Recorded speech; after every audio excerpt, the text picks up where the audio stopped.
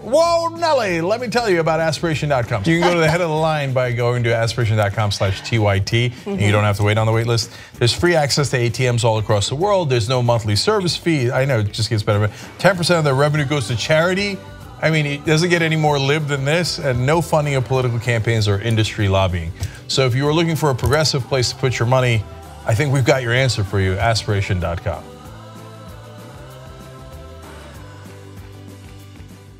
Earlier this week, the New Yorker reported that a Fox News reporter by the name of Diana Falzone was unable to publish a breaking news story regarding Stormy Daniels. So now the conversation regarding Fox News has shifted from everyone acknowledging that it is a propaganda news network to defending Fox News after the DNC has decided that they will not allow Fox to host one of the primary debates for the Democratic Party.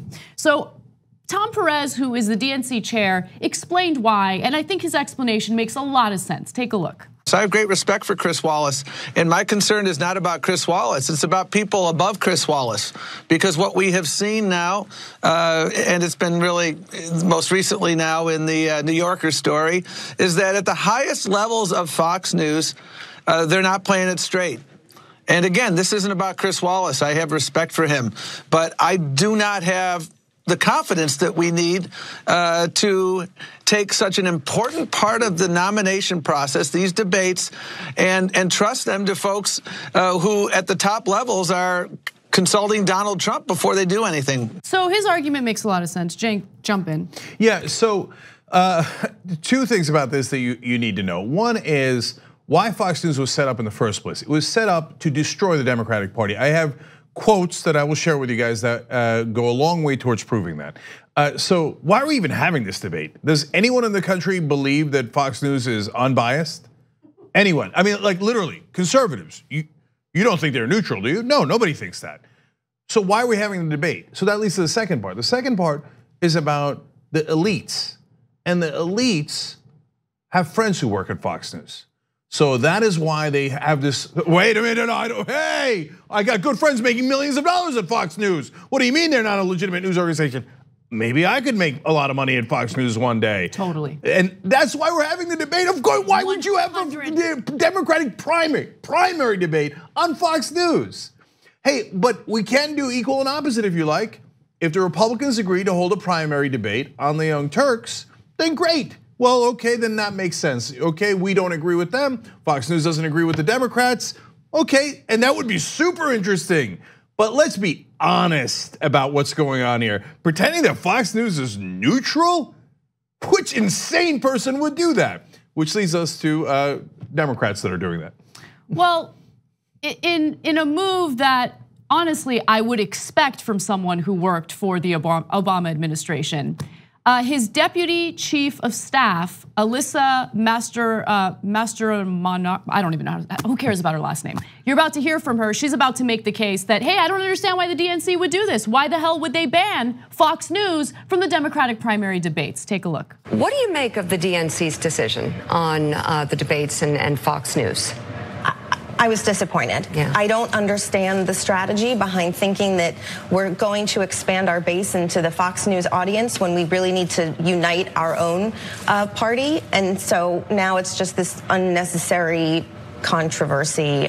President Trump's tweeting about it. Oh, wait. President Trump's tweeting about it. It's an unnecessary controversy. Wow. Master Monaco is her last name. I apologize. I'm fired up about this story because of how utterly ridiculous it is, especially considering the fact that this is not a game. We're dealing with the upcoming election where it is of the utmost importance to ensure that everybody plays fair and that we elect the right person. But they're so concerned with their ridiculous establishment like buddies that even when it comes to Fox News, which has not played fair, which has made up stories or pushed made up stories. Oh no, we gotta defend Fox News. They have some real journalists there. First of all, if you do believe that argument, how are you gonna say that they have real journalists there when they're not able to do their jobs? When the executives at Fox News, based on the New Yorker report this week, not 2 years ago, this week, the executives at Fox News shut a journalist down and said, you know what, we're looking out for Trump, so sorry, kiddo, you can't publish this.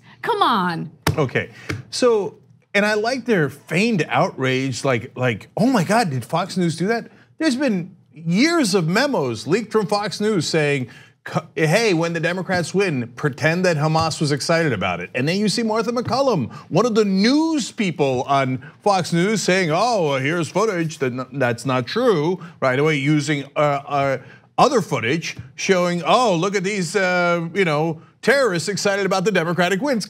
That happened years and years ago. We know all this. Brave New Films did a documentary about this over a decade ago, okay? So, it's called Out Fox, you should check it out. And so now 2 other things. One is, to be fair though, how many primary debates did the Republicans have? They had a ton of primary debates. They had 12 primary debates in the 2016 election cycle. How many on MSNBC? Forget the Young Turks. How many on MSNBC? 0. So wait a minute, why do the Democrats have to have one on Fox News? MSNBC is barely, like, I guess they're pro-Democrat, they're definitely not progressive. So like they could put on like an all-star Republican panel on MSNBC with Joe Scarborough and like 3 other deeply Republican hosts that they have, and they won't even go on MSNBC. They're like, oh, well, we went on CNBC. CNBC is arguably more conservative than Fox News. So this is preposterous. So let's hear a little bit more from Master Monaco. Again, she was the deputy chief of staff under the Obama administration. Yeah, I'm so glad to hear you say that. Yeah, explain why that would be good for Democrats to reach out to people who aren't automatically Democratic voters. Mm-hmm. I mean, it would be good. I mean, Chris Wallace was my first ever national television interview, and he was very respectful and wonderful. He's great. I guess I just think that, of all the things to sort of come out of the gate with, is that the one? Yeah, that's the one. That's the one that they came out of the gate with. And what are you gonna do about it? And Who besides cares? which, it's that none of this is true. What do you mean came out of the gate with? Like there's a sense of entitlement that Fox News should set up an ambush for the Democrats where they frame every issue from a conservative perspective. And if you don't fall into that ambush, they're like, oh, but you're offending my friends who I see in the cocktail circuit all the time. They're really pleasant to me. I mean, they'd help destroy the Democratic Party, but they're super pleasant to me. Here's what and Joe Scarborough, the Republican on MSNBC, is like, bravo, that's right. The Democrats should go fall into that trap right away. And they should get asked absurd questions about Benghazi 28 years later. So right? let me just jump in, because I think that you make a valid point in that when it comes to mainstream media and when it comes to establishment politicians, there is not only a cozy relationship. Oftentimes, when it comes to covering incredibly important news stories, they come at it from a very corporatist angle, and oftentimes, and the questions that you get, if you can recall how the debates went in 2016, regardless of which network it was on, they didn't focus on the issues that matter to most Americans, right? So for instance, millennials care a lot about things like student loan debt, which they did cover, but climate change was just, hey, maybe we'll throw in a question here or there. But they didn't really focus on it because why? Well, their corporate sponsors don't want to hear a debate about climate change. But I want to go to the next video, and before we toss to it, let me just say, my argument is that this scares cable news networks because they're worried about losing power, and nothing makes that more obvious to me than the panic that you see in Anderson Cooper's eyes in this next clip. Does it make sense to you that the DNC would do this? I mean, an audience is an audience, and there are, plenty of people who watch Fox News, and there are responsible journalists who could ask questions. I mean, Chris Wallace is a tough interviewer, Bret Baier. It has moved into a space where it is so closely aligned with President Trump that it really borders on, on sort of propaganda sometimes. That said, there are good journalists there, and I think that they could negotiate to have a debate with a Chris Wallace, for example, a Martha McCallum, a Bret Baier, and I think they would be smart to do it. Senator Trump, I mean, it sounds like the kind of thing that pleases, the liberal part or the left, far left part of the Democratic Party and sort of makes them feel good, but just in terms of trying to sway voters who could be reached, it seems short-sighted, no? Yeah, what are they afraid of? What are they afraid of? They're not afraid of anything other than Fox News framing things in a way that only attempts to smear certain candidates. Look, Tom Perez, let me go to Trump's tweet first. Before you go, I just gotta say, okay, under Rick Santorum's logic, why aren't the Republicans on Young Turks every day? What are they afraid of? Are they cowards? Why won't they come on the Young Turks? They never ever come on the Young Turks. And we've got an audience of 250 million people per month, okay? Why don't you come on the Young Turks? Cowards. Two can play at that game, right? No, but cable news only does it in regards to Fox News. Why? They're protecting their own ass, which leads us to Trump's tweet. So everyone's panicking about Trump's tweet, which goes back to my point about how these cable news networks, and not just cable news networks, print journalists are rushing to Fox News's defense because they're worried about losing their access to these candidates. So Donald Trump tweeted the following: Democrats just blocked Fox News from holding a debate. Good. Then I think I'll do the same thing with the fake news networks and the radical left Democrats in the general election debates. And that's why you see the smell of panic in the morning from Anderson Cooper and Joe Scarborough. Like, wait, we have to defend our buddies at Fox News. I know a lot of them, I might work there, and they can't take away our access. This is about us. So, do you care about the Democratic Party? No. What you care about is your own ass. So let's be absolutely clear about that. And this whole talk of, because of Trump, they're now doing propaganda. Come on, this is total horse crap. They've been doing propaganda from day one, so let me prove that for you guys. First of all, we just glide over the fact that Fox News handed the 2000 election to George W. Bush. When it was obviously statistically too close to call, Fox News was the first so-called news organization. They came out and called it for George W. Bush when they had no basis in fact to do that, okay? Do you wanna know who was heading up their election counting at Fox News? George W. Bush's cousin. And then the rest of the news organizations panicked. Fox News called it for Bush. Oh my God, we gotta call it. And it turns out after the election, not only did Gore win the popular vote, when all the news organizations counted, turns out Gore had won Florida and the Electoral College. Fox News already robbed the Democrats and the entire country of a legitimate president. That happened in the year 2000. 19 years later, we're still debating whether Fox News has Democrats' best interests in mind. No, Jake. But no, Chris Wallace, that's it. All I have to say is Chris Wallace. Oh, because he's a good journalist. He's a good journalist. He did a few fair interviews related to the Trump administration, and so Chris Wallace, that's it. End of story, Chris Wallace exists. And Brett Baer, we have cocktails with him all the time. Man, those little, pigs in a blanket we eat together and the bacon wrapped seafood. Oh God, but I love Brett Baer and Chris Wallace. They're my friends. They make millions of dollars just like me. Okay, these are the elites that betray the Democratic Party. Now, let me tell you, beyond 2000, why did Roger Ailes help found Fox News in the first place?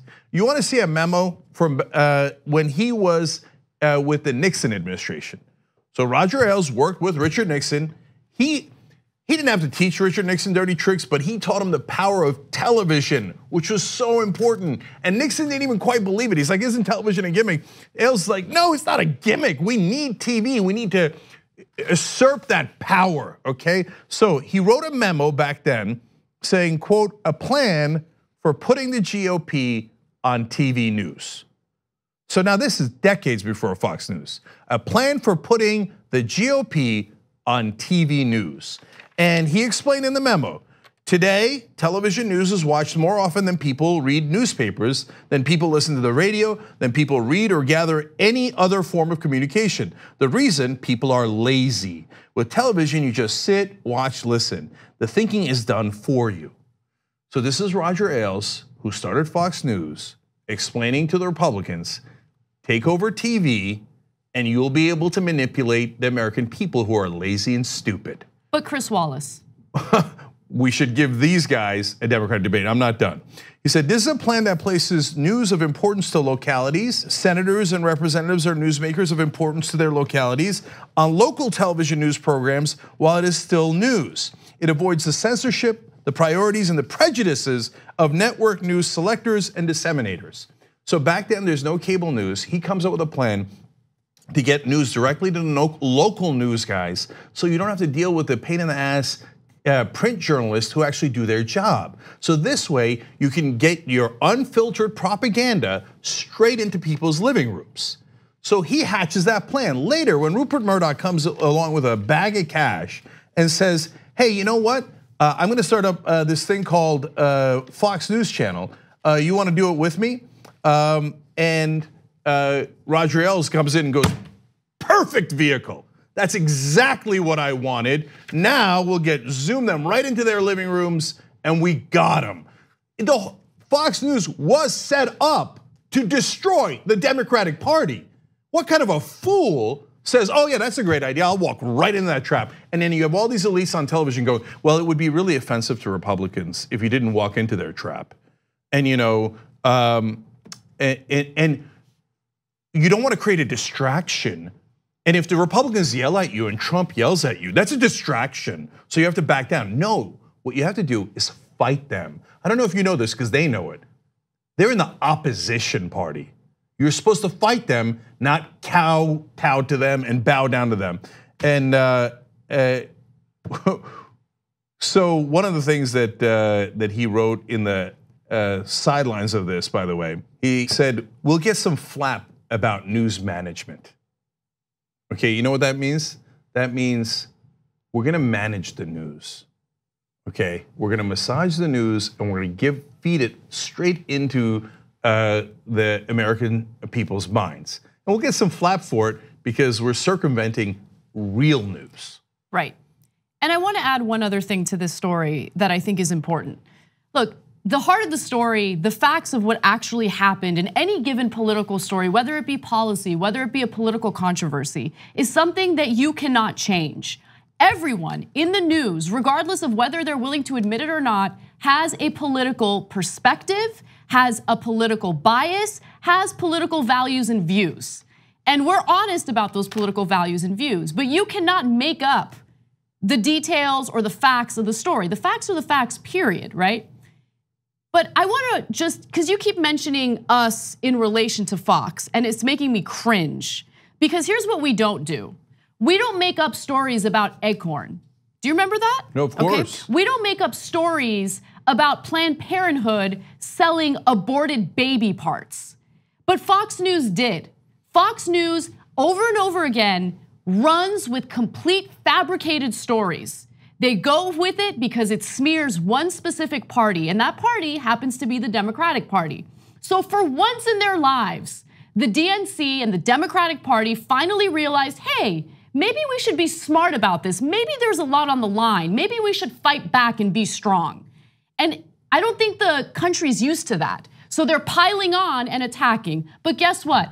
For once, the DNC is doing the right thing. And I hope that they stand their ground on this issue because Fox News has absolutely no interest. And I think it's been abundantly clear based on their actions. They have no interest in being fair in these debates. I don't care how good Chris Wallace is at interviewing. I don't care how fair he's been. If you look at the details of what Fox has done over the decades, they have not had any interest in playing a vital, critical, and fair role in our political system whatsoever. It is not journalism, and if there are journalists there, as we can tell from that New Yorker reporting, they get shut down immediately if the reporting doesn't go along with their agenda, period. So you wanna know the difference between perspective journalism and propaganda? Whether you lie or you don't. So if you're honest about your perspective, there's nothing wrong with that at all. But if you, one, hide your perspective, which they did for decades, fair and balanced, come on. The whole thing's a total joke, right? And then way worse is them actually lying about the stories, putting up doctored videos. They've done it countless times. I mean, look at how they are defended. They say, well, there's potentially 2 journalists on there. Perhaps the exception might prove the rule, okay? And finally, if all this was not enough for you guys, Roger Ailes gave questions ahead of time during the Republican primaries to Donald Trump. No, but Jake, they're gonna be fair because Chris Wallace. Come on. This Stop is a insulting joke. our intelligence. That's the thing that's frustrating. And all the mainstream media outlets that are going to rushing to Fox's defense with this nonsense argument, please, we're not idiots. Everyone's noticed and paid attention to what's been going on in the country, especially when it comes to these news outlets. Stop insulting our intelligence. And when the rest of the mainstream media, and especially cable news guys, go and defend Fox News like this is how you lose the trust of your audience. because you're looking out for your own interests and not for the interest of the American people. And in this case, the American people are not necessarily on the Democratic side. What I mean by that is, are you delivering them the truth, or are you delivering them the news based on what is best for you rather than them? And right now, with Anderson Cooper and Joe Scarborough and all those guys defending their buddies at Fox News and their own access, they're not giving you the real news. They're giving you news super biased towards themselves. Like what you see? Click the subscribe button below and don't forget to ring the bell to never miss another video from the Young Turks.